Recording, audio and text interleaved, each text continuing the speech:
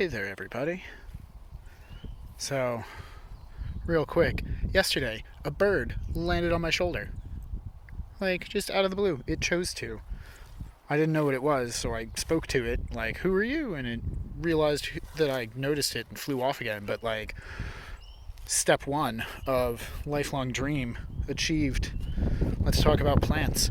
This is the persimmon bed. We are down at the base of the backyard. Up there you can see the break in the farmer's wall. So we are up in the uphill food forest, but down in the persimmon bed. There's one in there, and there's another one right down the middle, and then there's another guy right at the end. And this has been planted over to not just the persimmons, but we have some good King Henry right there. There are patches of Monarda didyma and Monarda fistulosa popping up.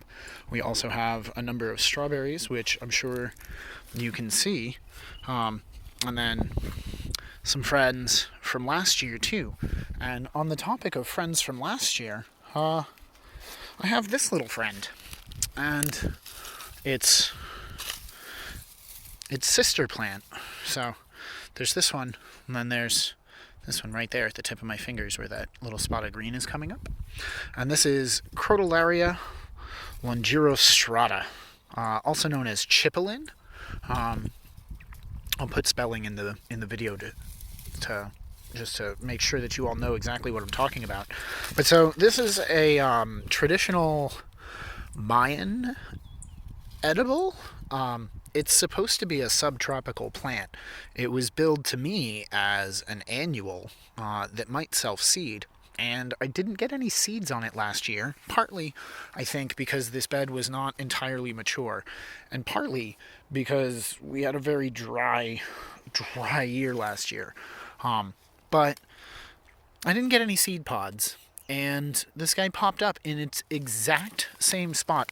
I like to leave stems so that I can kind of track what's going on. And this little guy, very high in iron, vitamin C, vitamin A, and other stuff. Too much of it, you can get sick. It has some alkaline properties to it. But yeah, the shoots and the leaves are edible, and I was not expecting it to be a perennial, but it totally is. So yeah. Note for those of you who raise cattle, I would not plant this. It's toxic to cattle, and that's just a bad proposition. But yeah, it's supposed to be like a zone 7, 8 subtropical perennial, supposed to be annual in zone 5A where we are, but here you go. Chipolin. Crotalaria longirostrata. Neat.